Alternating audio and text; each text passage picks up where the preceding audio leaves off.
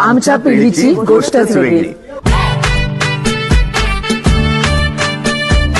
आतापर्यंत जेवढी नाटक मी केली म्हणजे गोष्ट त्याची गमती, डोंट वरी बी हॅपी, दादा एक गुड न्यूज आहे, जर तरची गोष्ट आणि आता आमच्या पिढीची गोष्टच वेगळी, ही सगळी नाटकं माझी पहिली 4 नाटकं माझी हिटच झाली.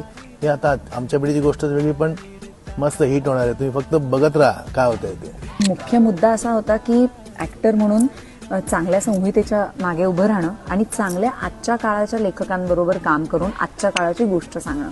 खूपदा असं होतं की इम्पेशंट व्हायला होतं की नाटक चांगलं स्क्रिप्ट मिळत नाही, मग जुनी नाटकं करायची का. सो आम्ही कुठेतरी एक अलिखित असा नियम झाला की जुनं जे ऑलरेडी हिट झालं ते करण्यापेक्षा आपणच जर काही नवीन क्रिएट नाही केलं, नवीन जर काही शोधलं नाही, नवीन लोकांसमोर आणलं नाही तर काय मजा. So we make it a point की आपण नवीन स्क्रिप्टवरती काम करायला पाहिजे. मग ते चालेल न चालेल, जे ऑलरेडी प्रूव्ह झालेलं आहे बेस्ट आहे तेच परत करण्यात काय अर्थ आहे. म्हणून आम्ही हा प्रयत्न करतो आमच्या प्रोडक्शनमध्ये.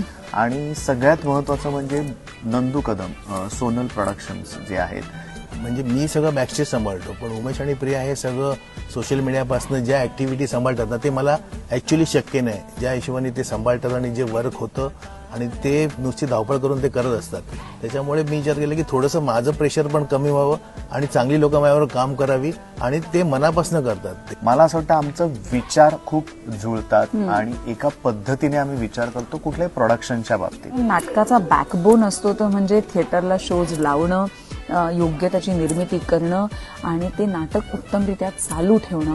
आणि हा बॅकबोन सोनल प्रोडक्शन्समुळे आम्हाला मिळाला. पण या दोघांचं मला एवढं कौतुक वाटतं की एवढं म्हणजे मनापासून सगळं करतात ना की सगळ्याच गोष्टीमध्ये म्हणजे मला प्रेशर कमी होतं. खूप अभिमान वाटतं. आणि दुसरं त्यांची जी धावपळ असते की हे छान व्हायला पाहिजे, that makes me feel more happy.